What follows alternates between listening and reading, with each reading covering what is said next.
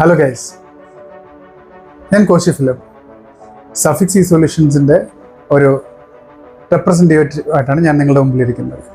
So I just want to introduce Scope India. Actually Scope India നമ്മുടെ ഒരു training wing ആണ്.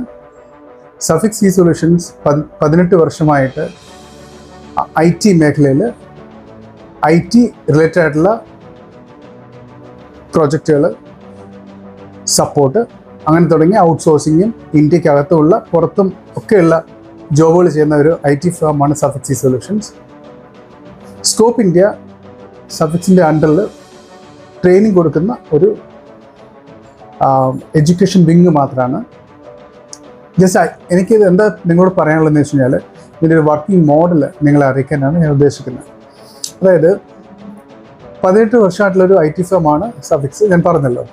അതുപോലെ scope India ഒരു 10 വർഷമായിട്ട് ഈ ഒരു മേഖലയിൽ ട്രെയിനിങ് പ്രൊവൈഡറായിട്ട് തന്നെ പ്രോസസ്സ് ചെയ്തുകൊണ്ടിരിക്കുന്ന ഒരു ഇൻസ്റ്റിറ്റ്യൂഷൻ പോലെയുള്ളൊരു കോൺസെപ്റ്റാണ്. ഞാൻ അതിനൊരു ഇൻസ്റ്റിറ്റ്യൂഷൻ എന്ന് പറഞ്ഞ് അതിനെ തരം താഴ്ത്താൻ ഞാൻ ഉദ്ദേശിക്കുന്നില്ല.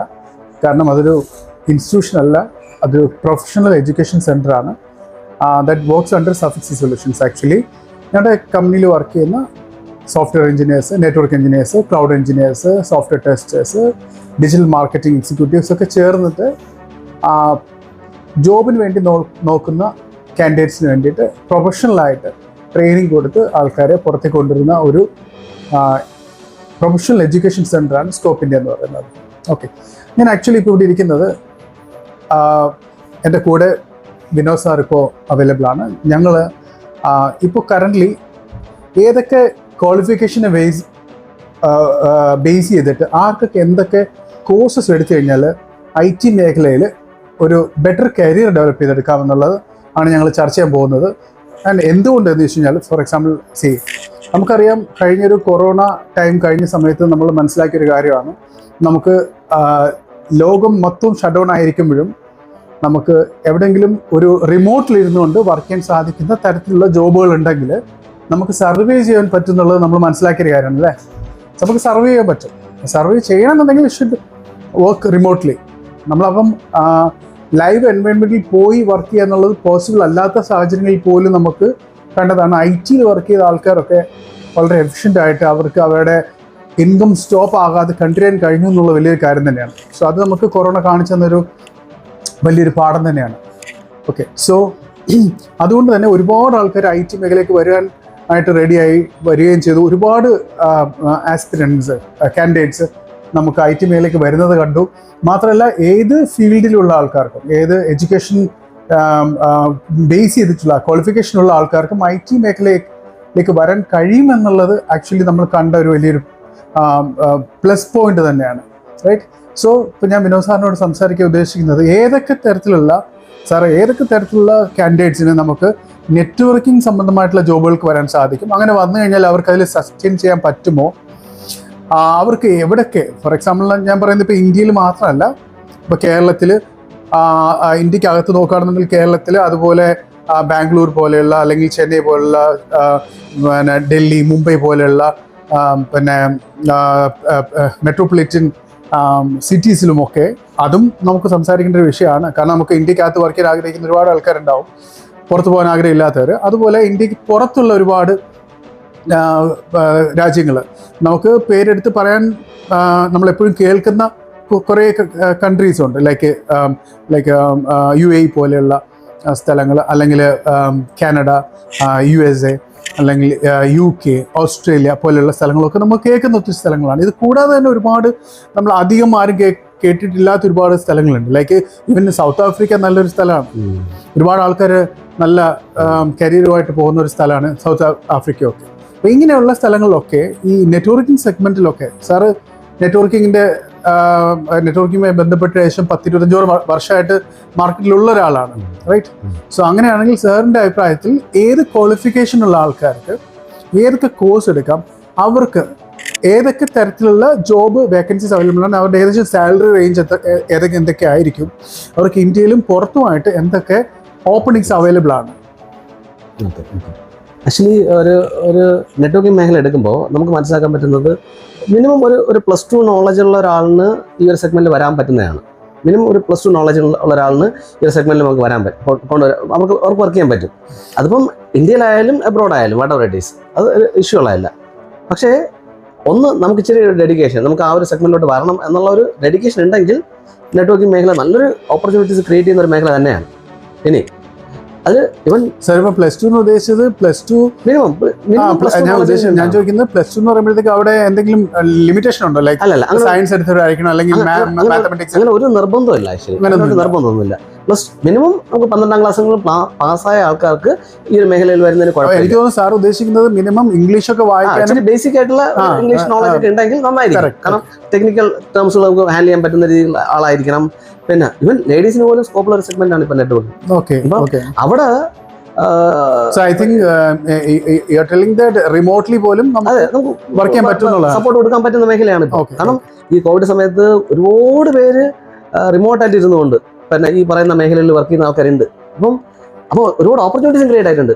ഈ നെറ്റ്വർക്കിംഗ് ഇങ്ങനെ ഒരു ഇത്രമാത്രം ഹൈലൈറ്റ് ആയതുകൊണ്ടാണ് ആക്ച്വലി ഈവൻ IT സെഗ്മെന്റിൽ നമുക്ക് കോവിഡ് സമയത്ത് പിടിച്ചു നിൽക്കാൻ പറ്റിയത്. നെറ്റ്വർക്കിംഗ് ഇത്രമാത്രം ഫ്ലറിഷ് ആയതുകൊണ്ടാണ്. അല്ലെങ്കിൽ ഒരിക്കലും നമ്മൾ ഈ പറഞ്ഞ മാതിരി ഓൺലൈനായിട്ടുള്ള ബിസിനസ്സുകളൊന്നും ഓപ്പറേറ്റ് ചെയ്യാൻ പറ്റില്ലായിരുന്നു. അപ്പോൾ ഇനിയും ഓപ്പർച്യൂണിറ്റീസ് ഒരുപാട് വരുന്നുണ്ട്, എസ്പെഷ്യലി ക്ലൗഡ് സെഗ്മെന്റ്.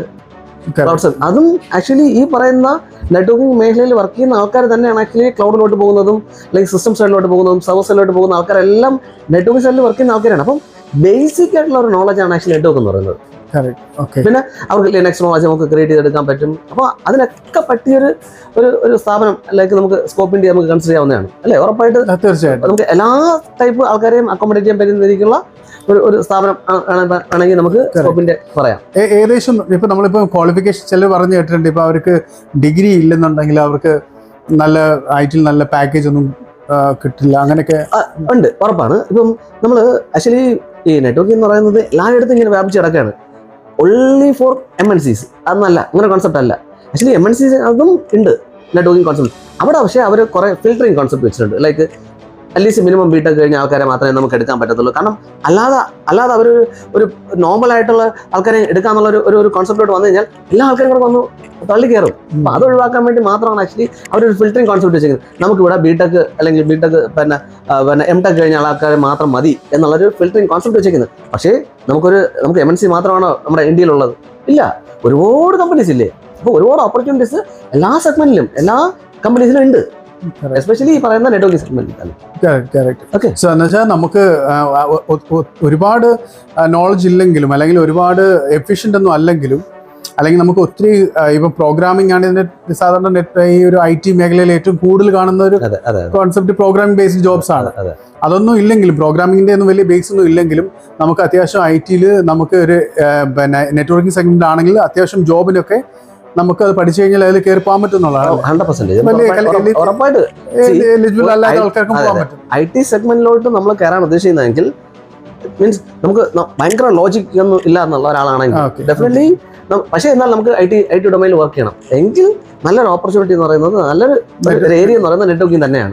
ഏകദേശം നമുക്ക് ഇപ്പൊ ഇന്ത്യക്കകത്താണെങ്കിൽ ഏകദേശം എത്ര ആയിരിക്കും ഒരു സീറോ എക്സ്പീരിയൻസ് ടു ഒരു 5 എക്സ്പീരിയൻസ് ഒക്കെ ഉള്ള ഒരു ഫ്രഷർ എന്നുള്ളതായിരിക്കും. ഫോർ എക്സാമ്പിൾ ഇപ്പോൾ ഫോർ എക്സാമ്പിൾ നെറ്റ്വർക്കിംഗ് കോഴ്സ് കഴിഞ്ഞ ഒരാൾ, നെറ്റ്വർക്കിംഗ് പഠിച്ച ഒരാളിന് ഇന്ത്യയിൽ മിനിമം അവർക്ക് ഒരു 15 to 20 റേഞ്ച് ആണ് ആക്ച്വലി എല്ലാ കമ്പനീസും സ്റ്റാർട്ടിംഗ് പ്രൈസ് വരുന്നത്, സ്റ്റാർട്ടിംഗ് സാലറി വരുന്നത് ഒരു 15 to 20 ആണ് വരുന്നത്.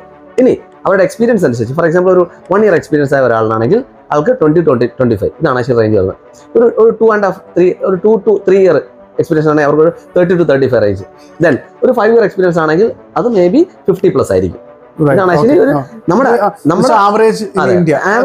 ഔട്ട്സൈഡ് ആണെങ്കിൽ ഉറപ്പായിട്ട് നമ്മൾ ഈ പറഞ്ഞ അവിടെ കൂടുതലും ഫ്രഷേഴ്സിനെക്കാളും കൂടുതലും എക്സ്പീരിയൻസിനാണ് ആക്ച്വലി ഇമ്പോർട്ടൻസ്. അപ്പോൾ ഫ്രഷേഴ്സിന് അവിടെ കൂടുതലും സ്കോപ്പ് കുറവാണ് കമ്പാരിറ്റീവ്ലി നമ്മുടെ ഇന്ത്യ അപേക്ഷിച്ച്. അപ്പോൾ അവിടെ ഒരു ഫോർ എക്സാമ്പിൾ ഒരു 1 year അല്ലെങ്കിൽ 2 year എക്സ്പീരിയൻസ് ഒരാളിന് നമുക്കൊരു 50+ എക്സ്പെക്ട് ചെയ്യാം.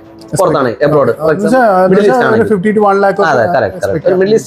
മിഡിൽ ഈസ്റ്റ് ഏതെങ്കിലും ഒരു സ്ഥലത്താണ് നമ്മൾ വർക്ക് ചെയ്യുന്നതെങ്കിൽ ഒരു 1.5 year 2 year എക്സ്പീരിയൻസ് ആയ ഒരാളിന് ഒരു 50 to 1 lakh വരെ നമുക്ക് എക്സ്പെക്ട് ചെയ്യാം. ഇതാണ് നോർമലി കമ്പനീസ് നമ്മൾ പറയുന്നത്. വെറും +2 ലെവലുള്ള ഹൈ എൻഡ് ആൾക്കാരല്ല പറയുന്നത്. അതെ, വണ്ടർഫുൾ തിങ് ആണ്. കാര്യം വെച്ചാൽ നമ്മളിപ്പം മറ്റെന്ത് ജോലിക്ക് പോയാലും ഇപ്പൊ നമ്മള് ഇപ്പൊ ഒരു സെയിൽസ്മാൻ ആയിട്ടോ അല്ലെങ്കിൽ മറ്റെന്തെങ്കിലും ജോബുകൾക്ക് പോയാലും നമുക്ക് ഒരിക്കലും ഇത്രയും ഒരു സാലറി ഒന്നും എക്സ്പെക്ട് ചെയ്യാൻ പറ്റില്ല. സാർ ഇതിനകത്തുള്ളൊരു പ്രശ്നം ഇപ്പൊ സെയിൽസ് അല്ലെങ്കിൽ ആ ഒരു നോൺ IT ബാക്ക്ഗ്രൗണ്ടിൽ പോകുന്ന ഒരാൾക്കാർക്ക് ഒന്ന് നമ്മുടെ സ്കിൽ എന്നുള്ള കോൺസെപ്റ്റ് അവിടെ ഇല്ല. ആർക്ക് വേണമെങ്കിൽ ചെയ്യാം. പക്ഷേ ഇവിടെ എന്ന് പറയുമ്പോൾ അതിനകത്ത് ഏറ്റവും ഇമ്പോർട്ടന്റ് നമുക്കൊരു സ്കില്ല് നമ്മുടെ കയ്യിലാണ്. അതെ അതെ അതെ സ്കിൽഡ് ആകുമ്പോഴത്തേക്കും നമുക്ക് എക്സ്പീരിയൻസ് ക്രിയേറ്റ് ആവുന്നതനുസരിച്ച് നമുക്ക് അത്രമാത്രം നോളജ് കൂടി നമ്മുടെ അതനുസരിച്ച് നമ്മുടെ പാക്കേജ് ഒക്കെ ഇൻക്രീസ് ആയിക്കൊണ്ടിരിക്കും. ഉറപ്പായിട്ടും നോൺ സ്കിൽ ആകുമ്പോൾ നമുക്ക് അതിനെപ്പറ്റി ചിന്തിക്കാൻ പറ്റത്തില്ല. ശരിയാണ്. നമ്മൾ ഒരു 10 year ബാക്കിലുള്ള ഒരു സെക്യൂരിറ്റി ജോബിനുള്ള സാലറിയും 10 year കഴിഞ്ഞുള്ള ജോബിനും ഏകദേശം ഒരു 10 to 15,000 തന്നെയാണ്. അവിടെ വലിയ ഡിഫറൻസ് ഒന്നും വരില്ല. പക്ഷെ അതല്ല ഒരു IT സെഗ്മെന്റിൽ വർക്ക് ചെയ്യുന്നത്. സ്കില്ല് വളരെ ഇമ്പോർട്ടന്റ് ആണ്. പിന്നെ അതുപോലെ ഇപ്പം കുറച്ച് എക്സ്പീരിയൻസ് ആകുമ്പോൾ നമ്മൾ എന്ത് ചെയ്യും, വേറെ സെഗ്മെന്റുകളിലോട്ട് മാറാനുള്ള ലൈക്ക് പുതിയ കാര്യങ്ങൾ, ലൈക്ക് നമുക്ക് ക്ലൗഡ് നോളജ് എടുക്കാൻ നോക്കുക, server knowledge, Linux knowledge create ചെയ്യുക, ദെൻ ഡെവോപ്സ് ഇപ്പം ഭയങ്കര ഒരു സ്കിൽ അപ്പ് ചെയ്തുകൊണ്ട് ഏത് IT സെഗ്മെന്റിലെ ആൾക്കാരായാലും സ്കിൽ അപ്പ് ചെയ്താൽ മാത്രമേ പ്രോപ്പറായിട്ട് നമുക്ക് നിന്ന് പോകാൻ പറ്റത്തുള്ളൂ. അത് അല്ല നിന്ന് പോകാൻ പറ്റുന്നത് മാത്രമല്ല, നമ്മളിപ്പോ സ്കിൽ ജോബ് ആണെന്നുണ്ടെങ്കിൽ സ്കിൽസ് നമ്മൾ ആഡ് ഓൺ ചെയ്തുകൊണ്ടിരിക്കും തോറും നമ്മുടെ പിന്നെ എന്താണ് ബേസ് പാക്കേജ് അല്ലെങ്കിൽ നമ്മുടെ സാലറി അത് ഇൻടേക്ക് കൂടിക്കൊണ്ടിരിക്കുകയാണ്, ഇൻകം കൂടിക്കൊണ്ടിരിക്കുകയാണ് അല്ലേ. മറ്റ് സെഗ്മെന്റിൽ നമുക്കത് പോസിബിൾ അല്ല ആക്ച്വലി. ഫോർ എക്സാമ്പിൾ ഒരു സെയിൽസ്മാന് കിട്ടുന്ന ഒരു സാലറി എന്ന് പറഞ്ഞാൽ ഇപ്പൊ ഒരു ലാസ്റ്റ് 5 year ഒരു 5 വർഷം മുന്നേ എത്ര രൂപയാണ് കിട്ടിയത്, അന്ന് കൂടിപ്പോയാൽ ഒരു 5 to 10% 20% ഇൻക്രിമെന്റ് പ്രതീക്ഷിക്കാവുള്ളൂ. പക്ഷേ ഇതെന്ന് വെച്ചാൽ 100% 200% ഇൻക്രിമെന്റിലേക്ക് വരും. അതങ്ങനെയാണ്. കാരണം ഒന്ന് അത് ഗ്രോയിങ് ഇൻഡസ്ട്രിയാണ്, ഒരു ഗ്രോയിങ് ഇൻഡസ്ട്രിയാണ്. അപ്പോൾ അവിടെ ഗ്രോത്ത് ക്രിയേറ്റ് ആവുന്നതുകൊണ്ട് ഉറപ്പായിട്ട് ആ സെഗ്മെന്റിൽ നിൽക്കുന്ന ആൾക്കാർക്കും ഗ്രോത്ത് എക്സ്പെക്ട് ചെയ്യാം. അതെ. C based on this discussion നമുക്ക് ക്ലിയർ ആയിട്ട് മനസ്സിലാവുന്ന ഒരു കാര്യമുണ്ട്. പ്രത്യേകിച്ച് ഈ പറഞ്ഞ ഒരു +2 ലെവൽ കഴിഞ്ഞ് വരുന്ന കുട്ടികൾ, പ്രത്യേകിച്ചും അതർ ബാക്ക്ഗ്രൗണ്ട്, അതായത് നോൺ IT ബാക്ക്ഗ്രൗണ്ടിൽ നിന്ന് വരുന്ന കുട്ടികൾക്കൊക്കെ ബ്ലൈൻഡ്ലി ചൂസ് ചെയ്യാൻ പറ്റുന്ന ഒരു സെഗ്മെന്റാണ് IT സെഗ്മെന്റ് എന്ന് പറയുന്നത്. അത് ഇന്ത്യക്കകത്തും പുറത്തും എവിടെ പോയാലും നമുക്ക് ജോബ് സാധ്യതയുള്ളതും ഫ്യൂച്ചറിൽ, അതായത് ഇപ്പോൾ അവർ സ്റ്റാർട്ട് ചെയ്തതിന് ശേഷം അവർക്ക് അവരുടെ കരിയർ സ്റ്റോപ്പ് ആകുന്നില്ല, പിന്നെ അങ്ങോട്ട് ഫ്യൂച്ചറിലേക്ക് ഗ്രോ ചെയ്ത് എത്രത്തോളം അവർക്ക് പോകാൻ കഴിയുമോ അത്രത്തോളം ഗ്രോ ചെയ്ത് പോകാൻ കഴിയുന്ന ഒരു സെഗ്മെന്റ് കൂടിയാണ് IT സെഗ്മെന്റ് എന്നുള്ളത്. So definitely you can decide. Thank you.